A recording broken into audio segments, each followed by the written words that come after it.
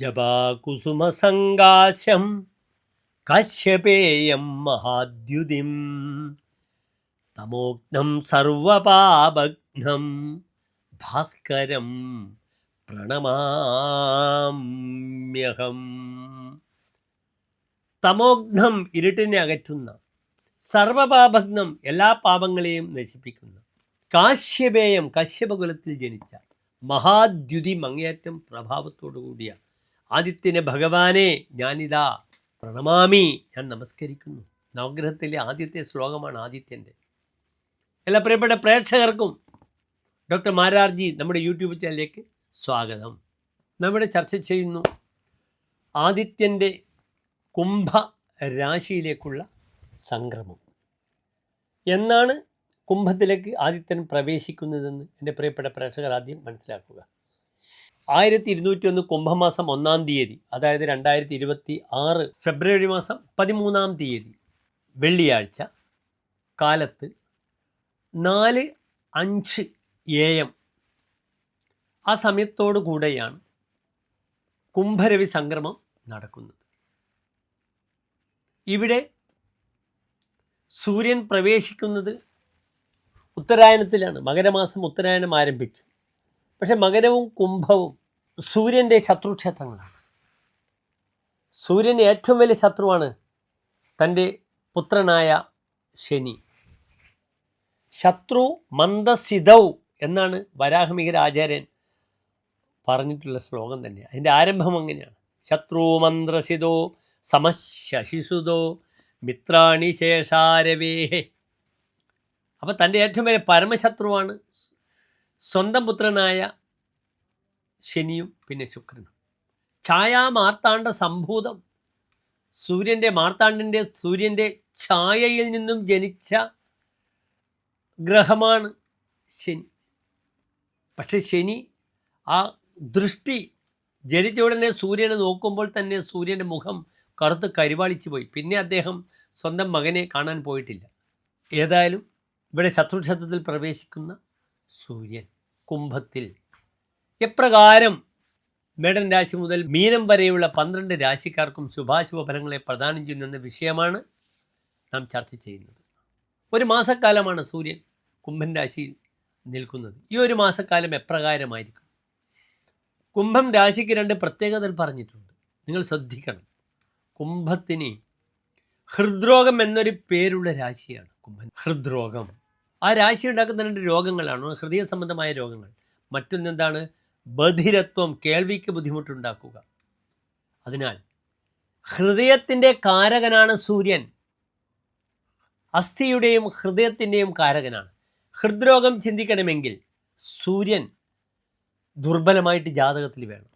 10-ാം ഭാവത്തിൽ സൂര്യൻ ബലവാനായിട്ടുള്ള ഒരു മെഡിക്കൽ സ്റ്റുഡൻസ്, അദ്ദേഹം വലിയ കാർഡിയോളജിസ്റ്റാവും, ഹൃദ്രോഗ വിദഗ്ധനാവും അദ്ദേഹത്തിൻ്റെ ജാതകത്തിൽ. എത്രയോ ജാതകങ്ങൾ ഞാൻ നിർണയിച്ചിട്ടുണ്ട് അപ്രകാരം. ഇവിടെ സൂര്യൻ കുംഭൻ രാശിക്കാർക്ക് എപ്രകാരം ശുഭാശുഭ ഫലങ്ങളെ പ്രദാനം ചെയ്യുന്ന വിഷയമാണ് നാം ചർച്ച ചെയ്യുന്നത്. കുംഭത്തിലെ സൂര്യൻ്റെ ആശ്രയ ഫലവും എൻ്റെ പ്രിയപ്പെട്ട പ്രേക്ഷകർ അറിയണം. ദുഃഖാർത്തോ വിധനഃ അടനഃ അനിർദരതിഹി തീഷ്ണശ്ച കുംഭേ സ്ഥിതൗ. കുംഭത്തിൽ സ്ഥിതി ചെയ്യുന്ന സൂര്യൻ ദുഃഖാർത്ഥ, ദുഃഖത്താൽ ആർത്തനാകും. ദുഃഖേനാർത്ഥ ദുഃഖാർത്ഥ, ദുഃഖത്താൽ പീഡിതനാകും. വിധനഃ, വിഗതം ധനം യസ്യ സഹ, ധനം മുഴുവൻ കൈവിട്ടു പോകും. ധനപരമായ വിഷയത്തിൽ വലിയ ബുദ്ധിമുട്ടുകൾ വരും.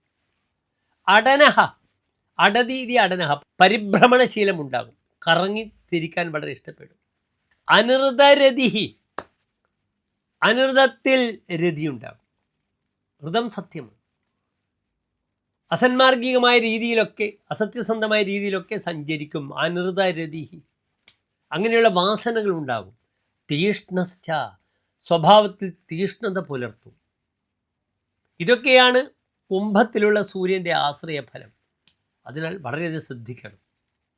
ഇവിടെ അപ്രകാരം പറയുകയാണെങ്കിൽ ഏറ്റവും ശ്രദ്ധിക്കേണ്ടത് കർക്കിടകൻ രാശിക്കാരാണ്. സൂര്യൻ അഷ്ടമത്തിലാണ്. അപ്രകാരം ചിങ്ങൻ രാശിയിലാണെങ്കിൽ സവിസ്തരം നമുക്ക് ഈ വിഷയം ചർച്ച ചെയ്യാം.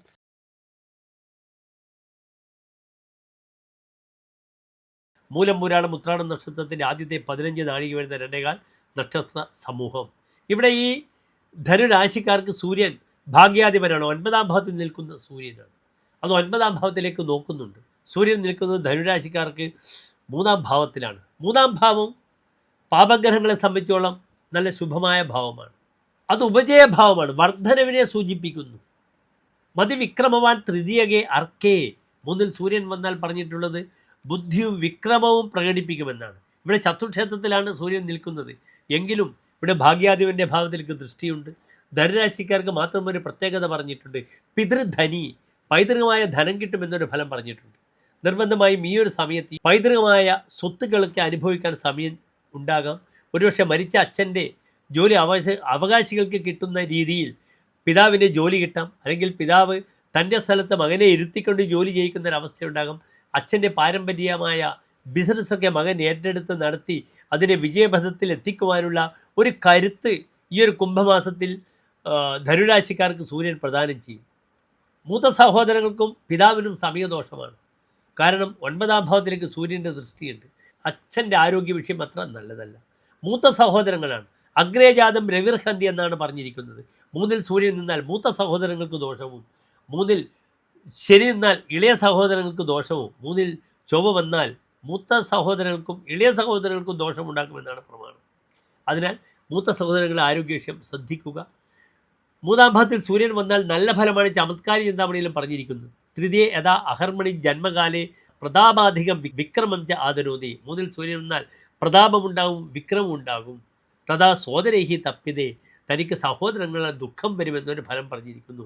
തീർത്ഥചാരി, തീർത്ഥസ്ഥലങ്ങൾ ധാരാളം തീർത്ഥസ്ഥലങ്ങൾ സന്ദർശിക്കുവാനുള്ള ഒരവസരം. പ്രത്യേകിച്ച് കുംഭൻ രാശി സ്പിരിച്വലി അങ്ങേയറ്റം ശക്തമായ ഒരു രാശിയാണ്. അതിനാൽ തീർത്ഥസങ്കേതങ്ങൾ സന്ദർശിക്കുവാനുള്ളൊരു മഹാഭാഗ്യം ഉണ്ടാകും. സദാ അരിക്ഷയം, ശത്രുവിനെ നശിപ്പിക്കും. അത്ര പവർഫുള്ളാണ് 3ലെ ആദിത്യൻ. സങ്കരേ, യുദ്ധത്തിൽ ശത്രുവിനെ നശിപ്പിക്കും. ശം നരേശാത്, തനിക്ക് രാജാവിനൊരു ധനം ലഭിക്കും. അതിനാൽ പലപ്പോഴും സ്ഥാനമാനങ്ങളൊക്കെ ലഭിക്കുവാൻ ഈ 3ൽ നിൽക്കുന്ന സൂര്യൻ ഒരു വ്യക്തിക്ക് സഹായകരമാകുന്നതാണ്. കാരണം ഭാഗ്യാധിപനാണ്. സ്വന്തം ദേശത്ത് തന്നെ ഭാഗ്യം ലഭിക്കാം, വിദേശത്ത് പോകണമെന്നില്ല. സ്വന്തം ദേശത്ത് നിന്നുള്ള അധികാരം ലഭിക്കുക, വലിയ ആളുകളുടെ കീഴിൽ ജോലി ചെയ്യുക, അല്ലെങ്കിൽ മന്ത്രിമാരുടെ PA പോലുള്ള സ്ഥാനങ്ങൾ ലഭിക്കുക. ഈ രീതിയിൽ പൊളിറ്റിക്കലി തൻ്റെ ആത്മപ്രഭാവത്തിനൊക്കെ വർദ്ധിപ്പിക്കുവാനുള്ളൊരു വലിയൊരു അവസരം ഈ 3ാം ഭാവത്തിൽ നിൽക്കുന്ന സൂര്യൻ പ്രദാനം ചെയ്യുന്നതാണ്. നമസ്തേ.